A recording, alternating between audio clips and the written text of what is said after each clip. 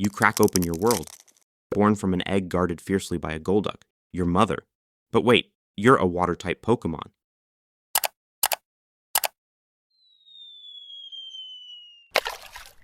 That's correct. This is where you belong. You blink at the shimmering water around you, one of many Psyduck siblings, trying to make sense of this new damp world. Welcome to the wetlands of the Kanto. Your first days are a mix of staying close to mom and learning by watching. She's skilled at catching Magikarp, swooping through the water with practiced ease. Occasionally, she shares a peach berry, or some small catch. A quiet, but comforting gesture that makes you feel safe, at least for now. But safety in the wild is as fleeting as mom's patience when you don't wake up on time in the morning. You've already spotted Arbok slithering through the shadows. You felt the unsettling ripples of a passing Gyarados, and then there's that ever-present headache of yours.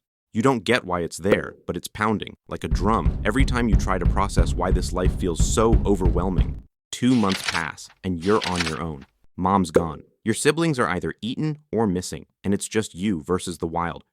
You flail your way through catching your first Magikarp, although it was slow and half dead. But a win's a win. You're learning to use that psychic power too, but mostly to avoid becoming lunch. The headaches get worse, but you've figured out something important. When the pain reaches its peak, you unleash a psychic move that sends even Arbok scurrying. At least you got something useful. And then, one fine day while foraging along the bank, you notice an unfamiliar shadow in the bushes. A human. At first, you tilt your head, clueless, trying to figure out what this strange thing wants. Then, without warning, they throw a weird, round, red and white stone at you. It looks like some kind of fruit. Do they think you're hungry? The fruit hits the ground near you, opens with a red flap, and you get pulled into it. And, just like that, the wilderness fades away, replaced by a cramped, unfamiliar space. You're captured. You've tried everything, but even your always useful headaches are of no use. You wait, and then your trainer finally lets you out.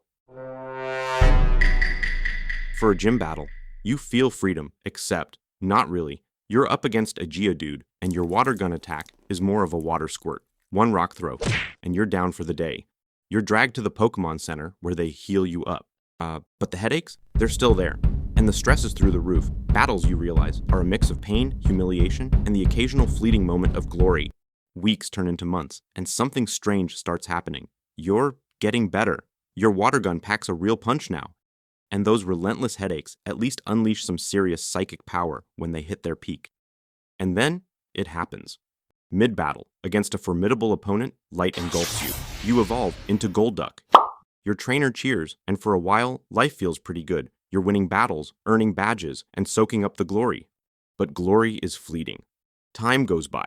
Your trainer starts catching newer, shinier Pokemon, and suddenly, you're not the star of the team anymore. You sit out more battles, and when you do fight, your attacks lack their former flair. Age is catching up, and your trainer's attention is elsewhere.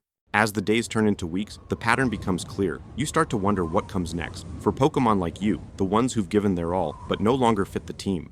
And then, one fine day, your trainer decides your fate. If they care, they'll send you to a Pokemon lab, a peaceful place where retired Pokemon live out their days. If not, you find yourself abandoned, back in the wilderness you once left behind. You're scouring the bushes for some berries. And then, as if fate has a twisted sense of humor, you cross paths with an old friend. He's bigger, meaner, and just as hungry as ever. What a way to go, you say.